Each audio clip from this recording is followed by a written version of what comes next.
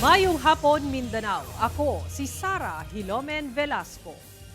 Malipayon si Vice President Sara Duterte tungod nahatagan siya og taas nga panahon nga makauban ang amahan nga si kanhi Pangulong Rodrigo Duterte sa pagbisita niini sa The Hague, Netherlands. Samtang nagtuo ang Vice Presidente nga kinahanglang mapirmahan sa Pangulo ang 2026 national budget una ang December 31 aron dili ma-reenact ang 2025 national budget nga puno sa kontrobersiya. Ani ang dugang detalye. Gibutyag ni Vice President Sara Duterte nga wala sila matugutan nga maka-video call ang amahan nga si kanhi Pangulong Rodrigo Duterte nga nakadetenir karon sa ICC detention facility atol sa Pasko.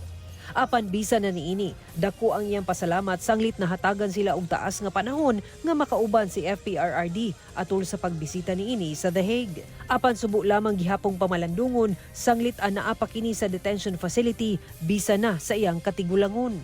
Madaming araw na nagkausap kami ni dating Pangulong Rodrigo Duterte at masaya ako dahil nabigyan kami ng ganyan na pagkakataon. Malungkot lang dahil siya ay nasa detention. Napangutan na sab si VP Sara sa mga isyu karon sa nasod.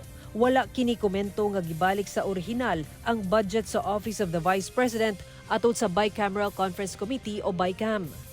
Apan sa gibutyag karon ni Executive Secretary Ralph Recto nga sa unang semana pa pirmahan sa Pangulo ang 2026 national budget, nagtuo si VP Sara nga angay kining pirmahan una ang December 31, 2025 aron dili ma-reenact ang 2025 national budget.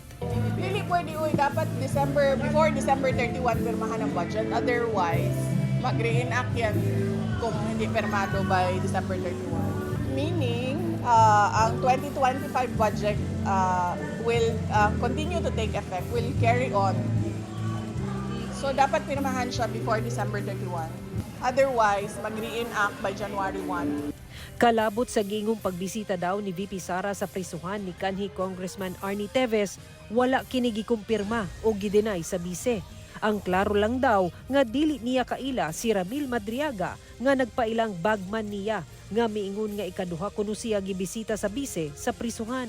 Bahala sila kung anong gusto nilang sabihin. Basta ako, ang sinabi ko, hindi ko kilala si Ramil Madriaga.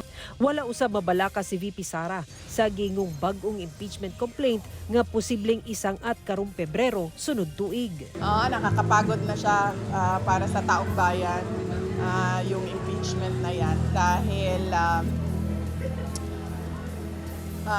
nakikita naman natin na wala talagang ebidensya yung kanilang mga reklamo.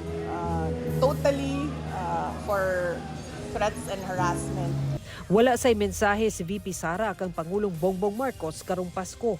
Samtang iyang gipadayag ang dakong pasalamat sa iyang pamilya ngadto sa ilang supporters ug sa ilang padayong pagmahal sa iyang amahan nga si FPRRD. Kauban si Jojo Solarte ug Melchor Awing, Sara Hilomen Velasco. 1 Mindanao.